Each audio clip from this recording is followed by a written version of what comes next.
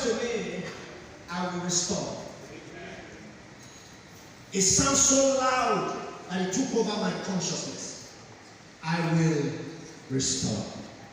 Look at your neighbor, say with a smile. Say, God asked me to tell you, I will restore. Hallelujah. When you are saying, say with my, try somebody else. Say with my, say, God asked me to tell you, I will restore. You see, you can't carry good news without content. So borrow smile if you don't have it from your neighbor. Say, neighbor, God asked me to tell you, I will restore. Very popular scripture that we know, Luke chapter number 15 and from verse number 11. This was the story the Lord placed in my heart. And this story became so strong. I will be dealing more on it on the crossover night, but I'll just give you the preamble. Luke 15:11. From verse 11. And he said, And he said, a certain man had 2 sons. a certain man had 2 sons. And the younger of them said to his father, And the younger one said to the father, Father, Papa, give me the portion of goods that falleth to me. pretty solemnly, Papa, give me the portion of my goods that befalleth me. And he divided. Hold on. Papa, give me the goods. No, Papa. In your riches, I have an inheritance in you. Give me my portion. Many of you don't know that you have inheritance in the Father. Give me my portion. What the prodigal son did, what he wanted, to ask for his what? Portion. Many of you, you don't even know you have a portion. But this guy knew that he had a portion with God. And he said, Father, give me my portion. Continue. And he divided unto them his living.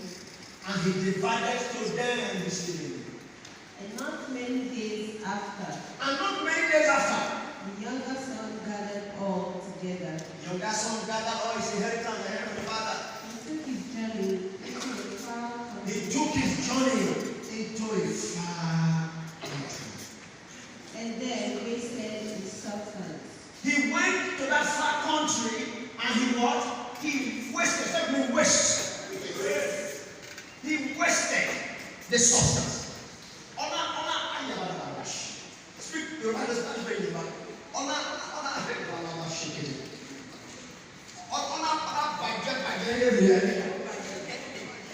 Praise God. He wasted the inheritance. He collected his inheritance, and this guy wasted it.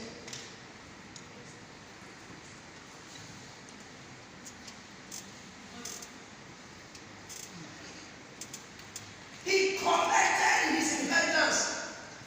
I'm trying to stress the weight of his offense. He collected all his inheritance. And he went to a far country and wasted all. Amen. And when he had spent all, When he has spent all, there arose a mighty famine in that land. after he has wasted all the resources, please give me your attention this morning to one restoration. Then hunger started. Have you ever spent your money? You're not thinking of tomorrow. You finish all the food today. Then suddenly your hunger come back home. You remember, I thought I had bread. Oh. I don't do that much. Have you ever eaten and started dressing by your legs? Watch it. Has that happened to you? After spending the money, you say, oh! If I eat. Oh. I don't spend that money. He wasted all. Now there was famine. Hunger started. see he began again. And he went and joined himself to a citizen of that country. He went to join himself. Remember, when you come to scriptures, it's always somebody leaving Jerusalem, going down to Jericho. When you leave your father, amen, you are what? Going down to a lower city, to a lower country. When you come to God, Jerusalem is the city of God. When you leave Jerusalem, you are going down. When you go to Syria, you are going down. When you go to whatever, you are going down. He joined himself. He left the city of surplus. He left the city of plenty by his choice.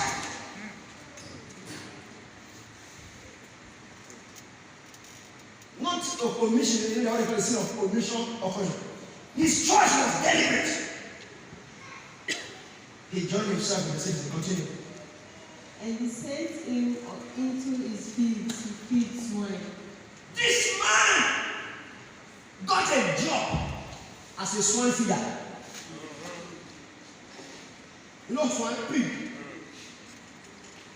He now got a job.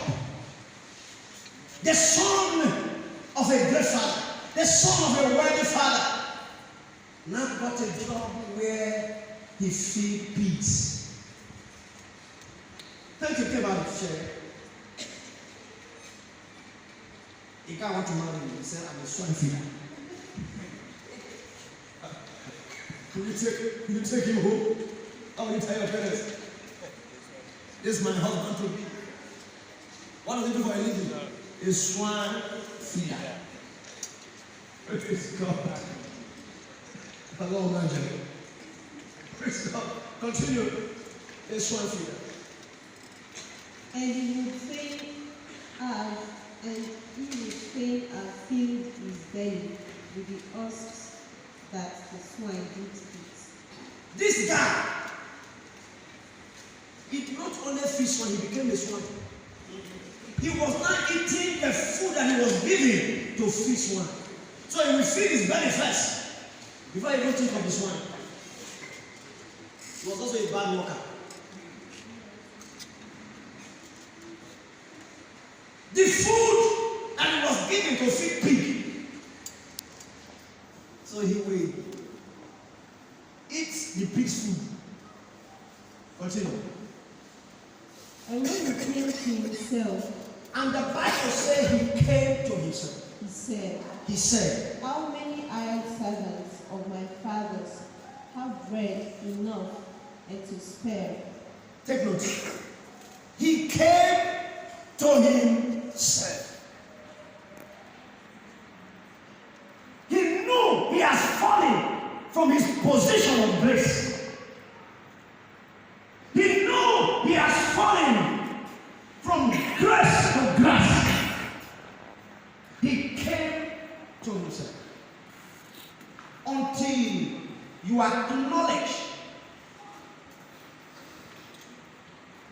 your mistakes, until you acknowledge that you are wrong, you will never get restoration. There is no restoration without repentance. Genuine repentance brings genuine restoration. He came to himself. Èmi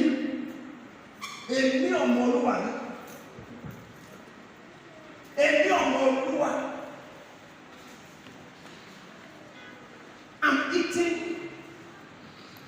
from pig's food. This is not who I am. I'm better than this. He said, listen, even the servant in my father's house, they have enough to eat and to spare. Here am I.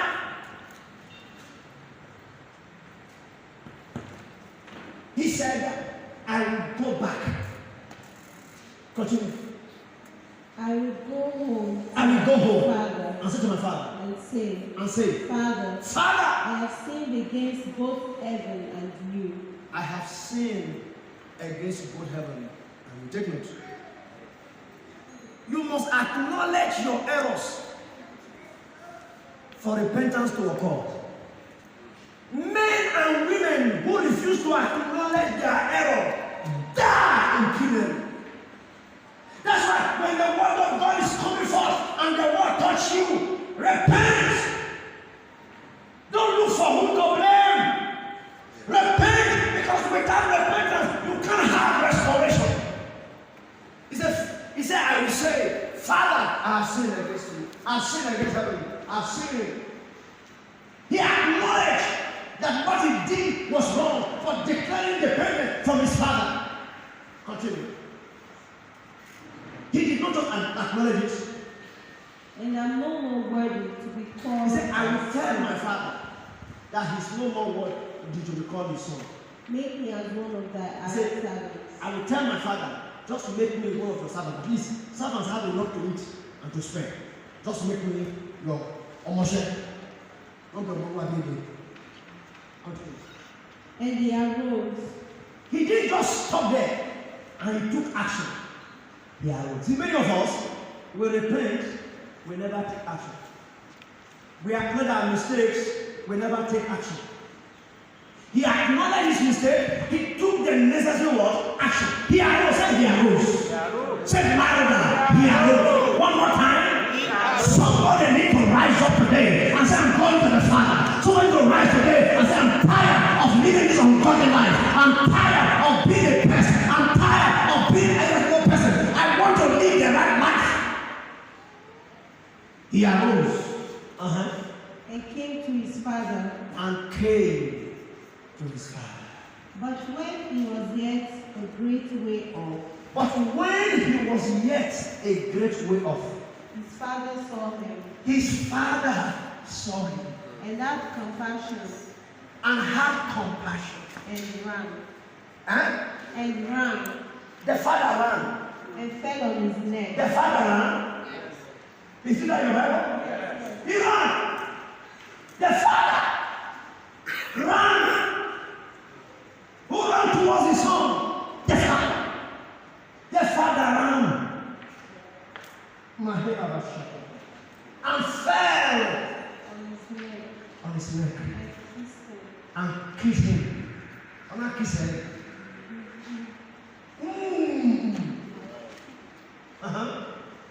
And the son said unto him, The son said to him, Father, I have sinned against heaven. I have sinned. He has sinned against heaven. And in thy sight. And I'm no more worthy to be called thy son. He's no more worthy to be called your son. But the father said to his servants, The father said to his servants, Bring forth the best gold. Bring forth the best gold. And put it on him. And put it on him. Put a ring on his hand.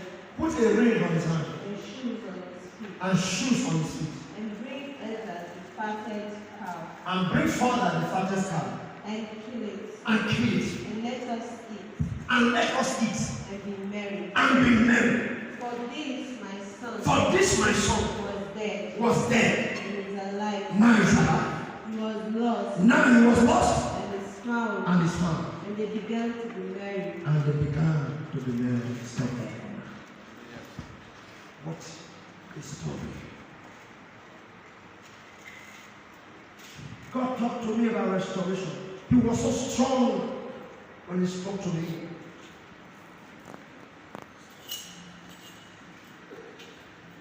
Who is that man, woman today who needs restoration?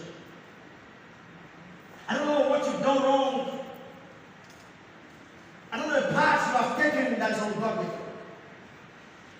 I don't know what has gone wrong in your family, in your life. God said restoration is coming. Amen. Restoration is coming. Amen.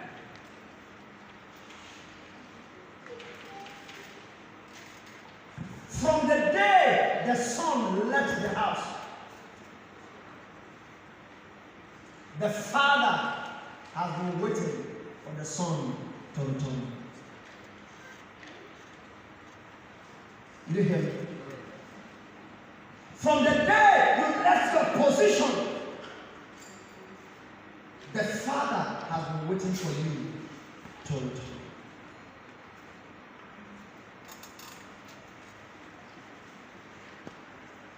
The story It's not about the son. The story is about a true father. A true father. I want to say this again as I want to say to us. If you have a father that have never made a mistake, you are doomed as a son.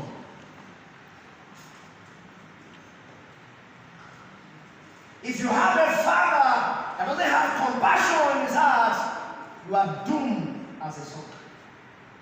Our Father is a merciful Father.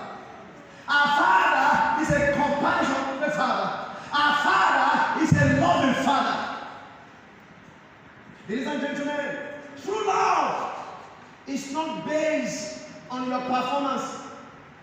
Those who love you because of your good performance, they have no love in their heart. God spoke to me and said to me, the greatest morality is grace. The greatest level of morality is what? Grace, not law. Why is law not the greatest morality? Because the law says if you are not caught, you are judged to be moral. But under grace, whether you are caught or not, your true status is known. You didn't hear me? Under the law, if you are not caught, people respect you. You tell the position. When you go prove your case, they are let go. But they did it. That's why today there are many innocent people locked up in prison while criminals are let go. Because the law is hypocritical. The law, if you operate under the law, you are going to grow hypocrisy. Praise God. The law is a killer. God said, listen, the highest level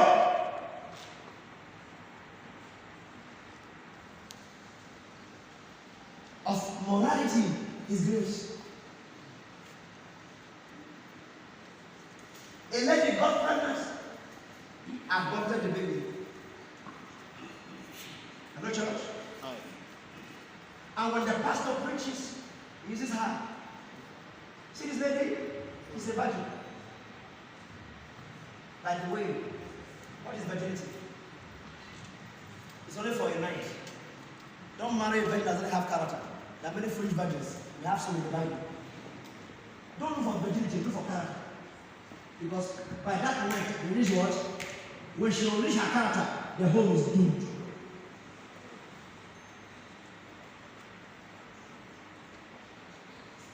The law make hypocrites out of people. The law make people pretend as though they are okay. Jesus is standing there. He said you are like a whitewashed sepulchre.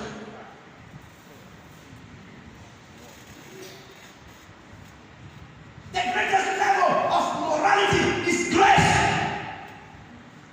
Because grace sees you just as you are, yet accepts you as righteous. Why the Lord try to make you righteous?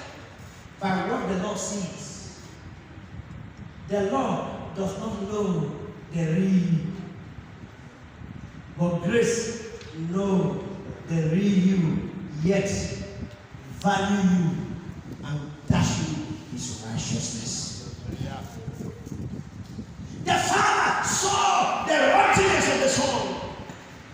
He left Jerusalem, he went down, he left up, he went down, he lived a righteous life. He wasted the money on the beer bank.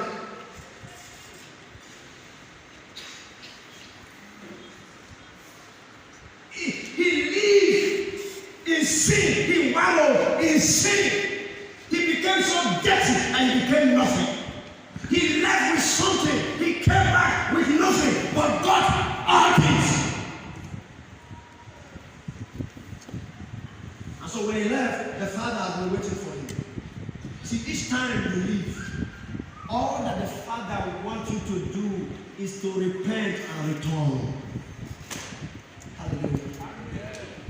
All that the Father wants you to do is to what? Repent and return. Remember, unbelievers cannot repent.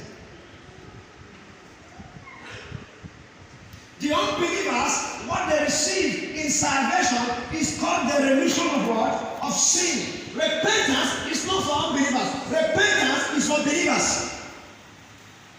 It is repentance that enables believers what? To grow from one level to another.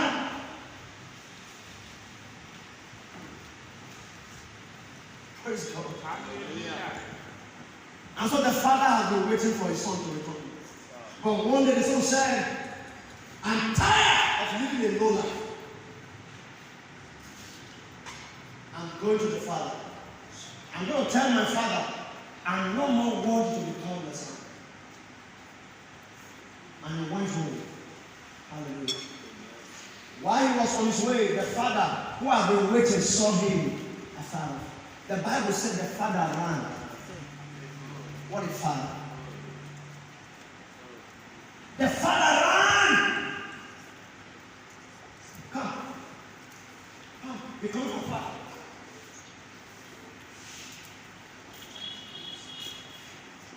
Act like the prodigal son that have nothing. You know, when a man has nothing, there's a way he walks. He walks with his shoulder what? Down. There's no confidence. Begin to come. You are smiling. Say, smiling matter. And the Father saw him coming. Is that not my son? He be like, hey, he ran. And he said, thank God that I'm not used to because praise the Lord. And kissed him. And he wanted to confess his sin. God is not interested in your confession of sin. You already know. When you confess sin, you don't confess it to change God's mind. You confess sin to cleanse your mind. You already know. He did allow him to confess. He called his servant. He said, bring new ropes. He said, bring ring. He said, bring shoes. By so doing, God put him back in the position of son with all his inheritance restored. Hallelujah.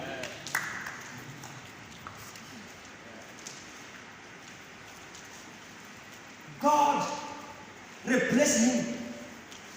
Remember, he took all his what? Left and wasted it.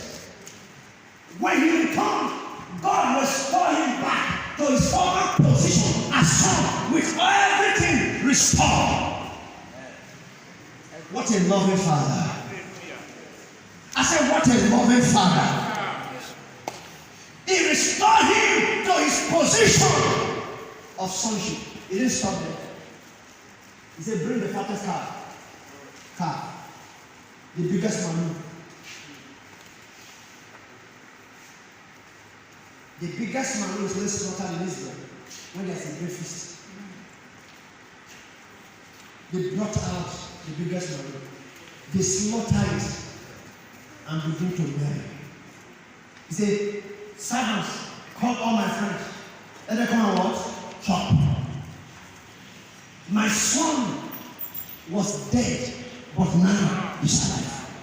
My son was lost, now he's found.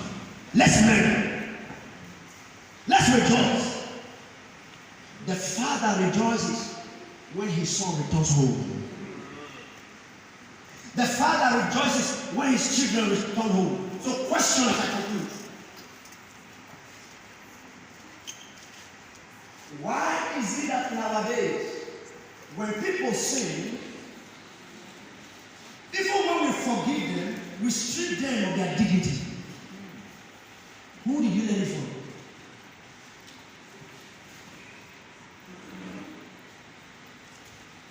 One of the reasons why we have the worst church in the world, Africans, have the worst church in the world. It's because many African fathers are KBC.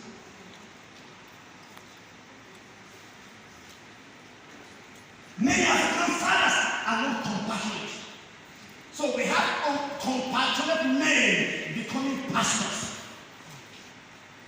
I've shared with you how I have to challenge some of our leaders. I say I have observed that when other people's children sin, the pastor is quick to suspend. But when the pastor's son sins,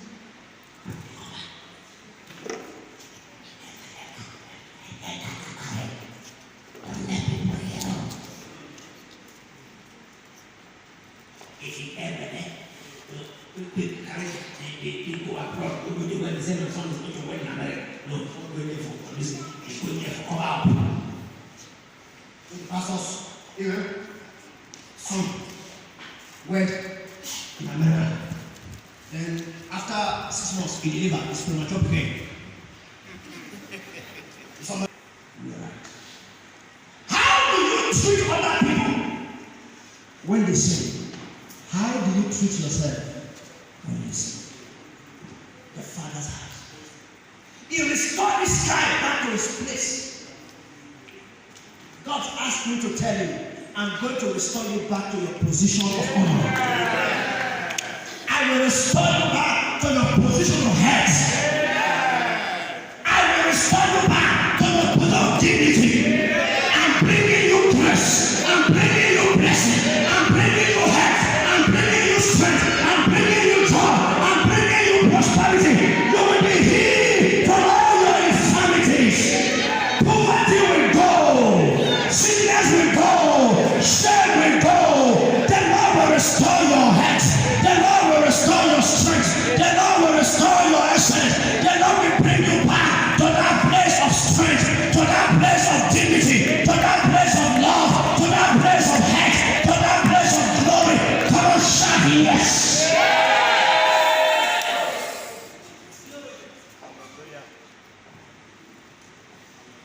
The Bible says, as the Lord God spoke to me,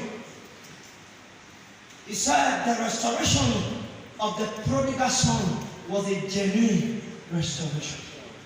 So, if you take this basket from here and return it to here, that's not genuine restoration. That's restoration, but not genuine restoration.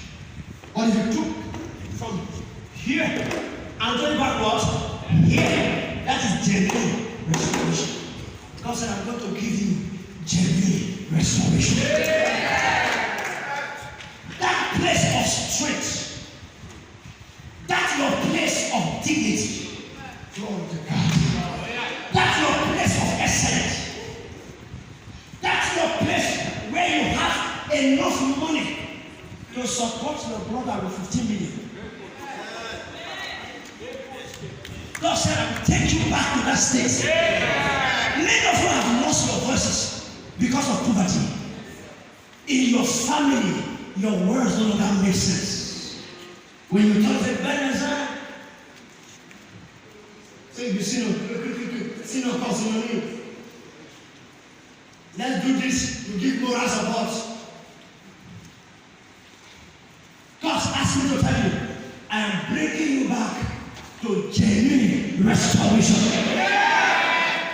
Those who have mocked you because of your state of dispossession, those same people will join to celebrate you. Is somebody hearing me this morning? I say, somebody hearing me this morning? Your health is coming back. Your strength is coming back. Your peace is coming back.